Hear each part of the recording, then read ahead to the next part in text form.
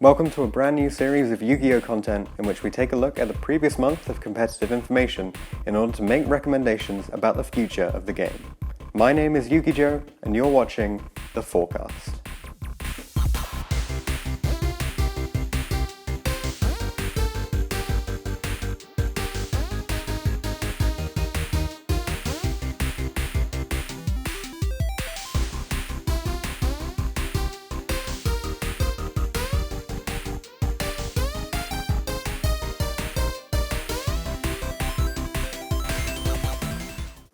So what is this? Well, this is a reflection of what's actually happened in the meta over the past month so that we can bring together all of the top cut information from YCS events, PPG events, even WCQs to you guys for analysis into what decks are doing the best over the season, how players have performed, and how products have impacted the meta as a whole. So what we have here is a table that's sort of a breakdown of all the different events that we've seen over the past month, so September 2019, the location of those events, the players who were taking part, and it's a top cut breakdown. So we have positions for some of these events, sometimes we don't have them, so things like YCS Ghent. I haven't been through all of the YouTube videos, I've just gone straight to the source. From Konami we have a top cut breakdown and we're using that information to drive forward this project. However, if you have more detailed information and you can provide it in this kind of format, then definitely hit me up in the comment section down below or head over to the Facebook page and provide the information through there. So what you can notice is we have this set of information, we have all the decks that have been performing particularly well over different dates, but we need a way to combine this. So we have deck breakdowns. So this is a look at individual events and how they're broken down according to product releases, according to the dates when they happen, the location, and you can see the different decks and how they're performing. Now this is pretty useful in terms of spotting the sort of most important decks in any particular case. The orange bars are the product releases and the blue bars are top cut representations. So you can see on the side here we have the percentage of top cut assigned to each deck. So here we've got Moonlight Orcust from PPG Orlando event, and it took 12.5% as you can see here. So this kind of plot is most useful for, as I said, spotting the most prominent deck. So if we take a look at Orlando, there's nothing really that stands out from top cut. However, if we look at the Stockton Regional in the UK, it's a much smaller event, so you're more likely to have a little bit of variance, bringing about one deck that performs better than the rest, and we can see that we have an Orcust section taking top spots with 37.5% of top cut for this event. Take a look at Milton Keynes, and we have Sky Striker taking 50% for this. Chichester, which is an event that took place at the same weekend as YCS Ghent, and 37.5% taking it with Sky Striker here. So this kind of information is pretty good for that stuff. If you guys want access to any of this data at all, it will all be available from my Facebook page.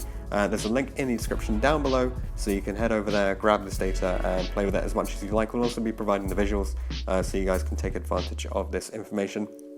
Moving forward, we haven't really seen much impact from product releases.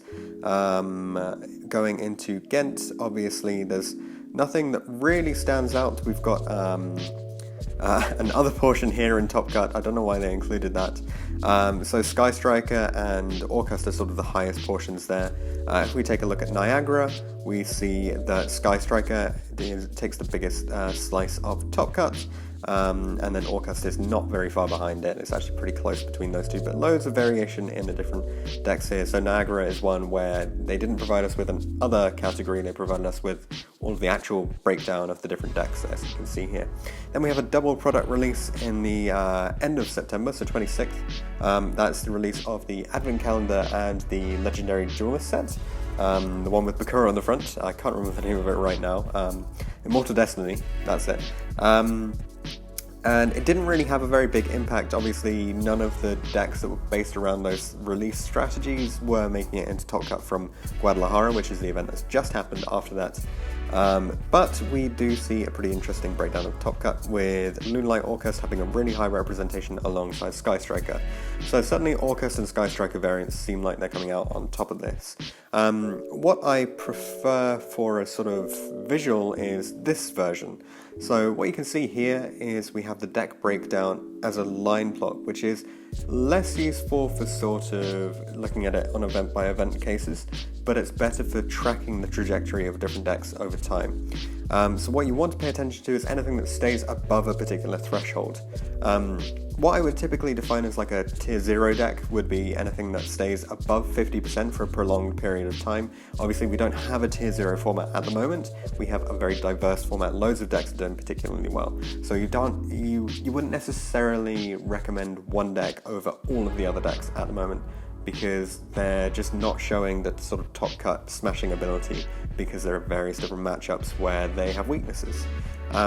So what you want to sort of follow along here, in this case we have Sky Striker, seems to be coming out pretty much on top.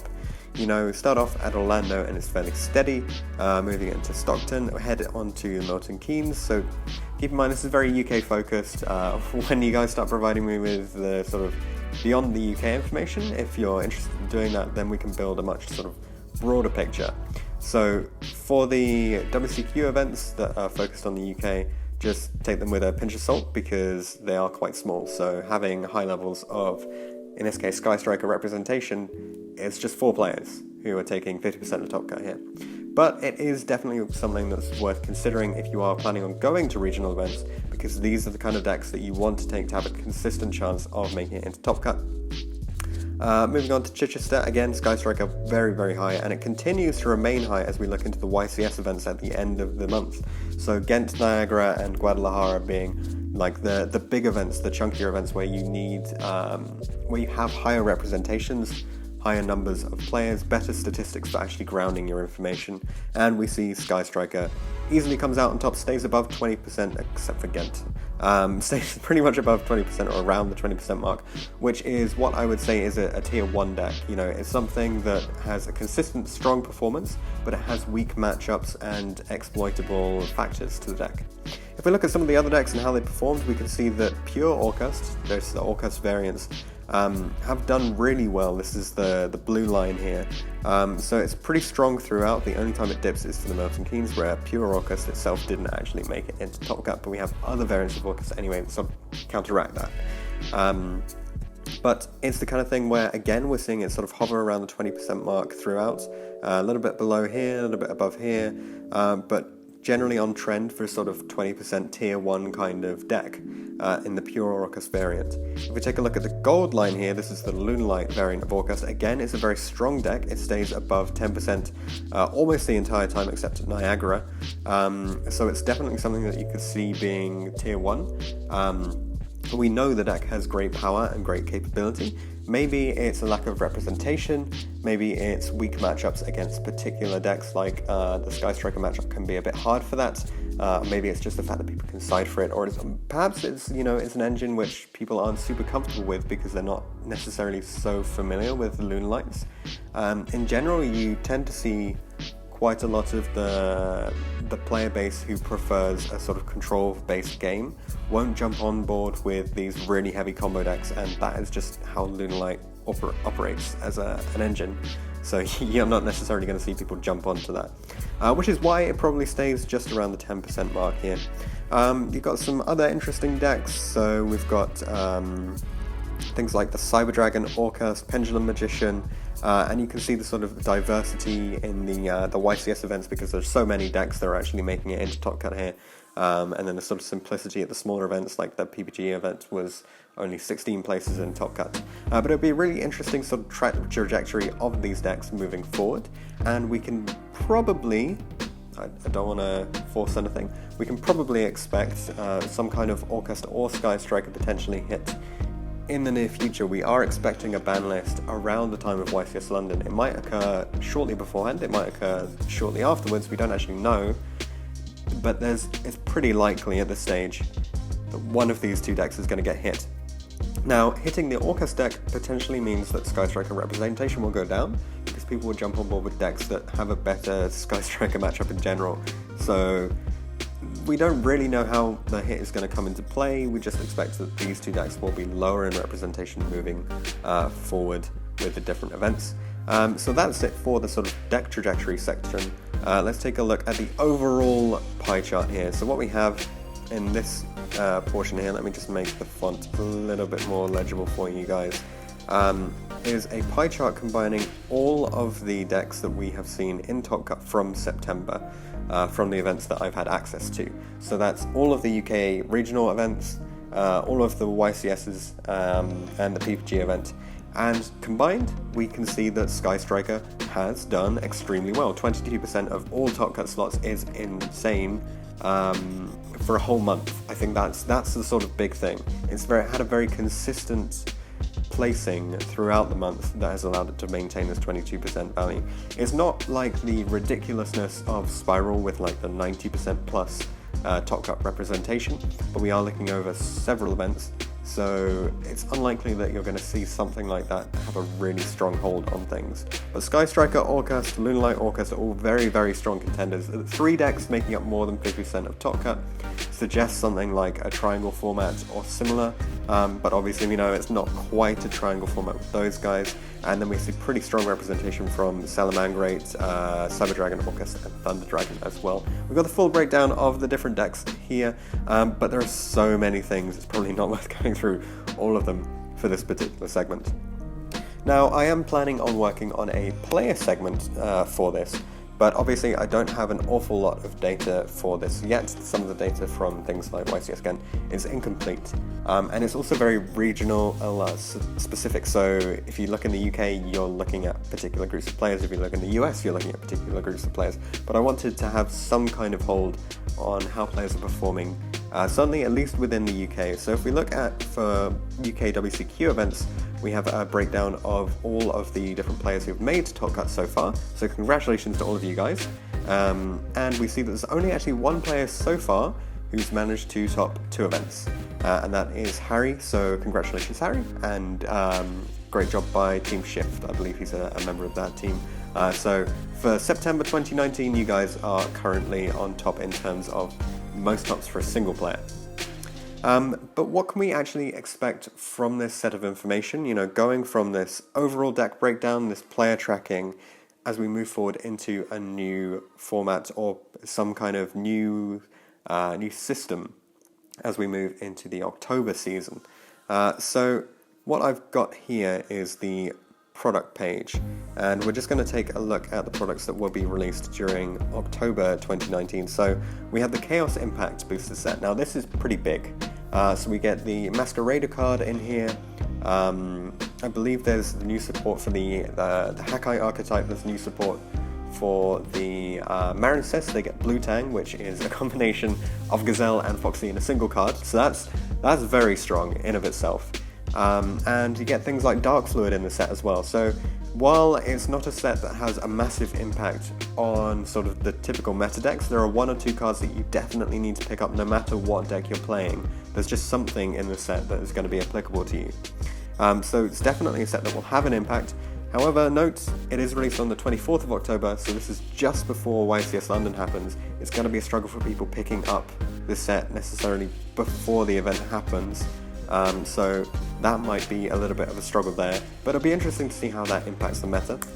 Another release that we're getting is the Dual Devastator set. So there's a lot of controversy and sort of varied opinions on who likes this and who doesn't like this as a set. It's a very interesting take on production because, you know, it's kind of like a structure deck. It's 56 cards and you get them. It has a good breakdown of sort of hand traps and stuff that is intended to be provided to players who aren't super competitive and players who don't want to spend tons of money on their decks. So because it's coming out well before YCS London or some of the other later YCSs in October, you might expect to see players who previously weren't able to afford the sort of staple hand traps that they wanted coming along with these hand traps and making a bigger impact. You know, there is sort of an alternate side of that, because you do tend to find that people who are quite good at the game are generally, they've invested a lot of time into the game already. So they don't tend to be people who are unwilling to also invest a lot of money. So there is certainly a pay-to-play aspect to any card game where different cards have different prices. Yu-Gi-Oh! Is no exception to that. Cards can be very expensive, and if they're really important or they're low in supply and you have to be spending that money in order to take them and take a particular deck, then sometimes money and finance is something that's going to hold people back from jumping into an event with the strongest deck, say. So this is intended to sort of bridge that gap a little bit, help players who are struggling, but it doesn't really sort of archetype or relevant cards. And I think that's where the sort of the big issue has been in the community, is that, you know, people aren't getting like all of the price cards for what, Thunder Dragons or something. To be honest, at the moment we have loads of the support because of the Megatons. So maybe it's the case that, you know, there's no Phantasmates. Sure, Phantasmate is necessary for certain decks. So people will be held back from those decks because it's a pricey card, and there's no way to really get around that. But those are the only two major releases that we're going to see within October having an impact on the meta. So what else can we expect from the October season? So we have YCS London, Fort Worth is just about to begin, so that's another major YCS, and tons of regionals that will be going on as well. Some really big ones happening in London and the UK, so definitely something that we're going to be keeping an eye on. If you guys can send in any data about top cuts of any major events like regional or higher, then I can compound all of this information, try and bring you guys some more complete information as we move into October. But decks to keep an eye on for now: Sky Striker and Orcust variants, very, very strong. Orcust variants have 31% of top cut, actually more than that, 38% of top cuts currently. What can we expect from October? Well, it depends on whether we have a ban list, it depends on the impact of players being able to pick up different cards, and potentially, I want to say YCS London is so close to when a potential ban list can exist that players might choose not to play Orcust variants in order to prepare for this event. So they might choose to play different decks in order to prepare just in case a ban list happens, and that means that people will be investing time in different strategies which can lead to different outcomes. So who knows what we'll see from the outcome of YCS London and YCS Fort Worth. We'll just have to wait and see what happens. Thanks very much for watching. Let me know if you have any data that you want to supply to the channel. The UK Joe t-shirts are now available for purchase. If you let me know on the Facebook page, link in the description, then I can get in touch with you and hook you guys up with some classic Team Perry t-shirts to represent the channel. And thanks very much for watching this video, and I'll see you guys in the next one.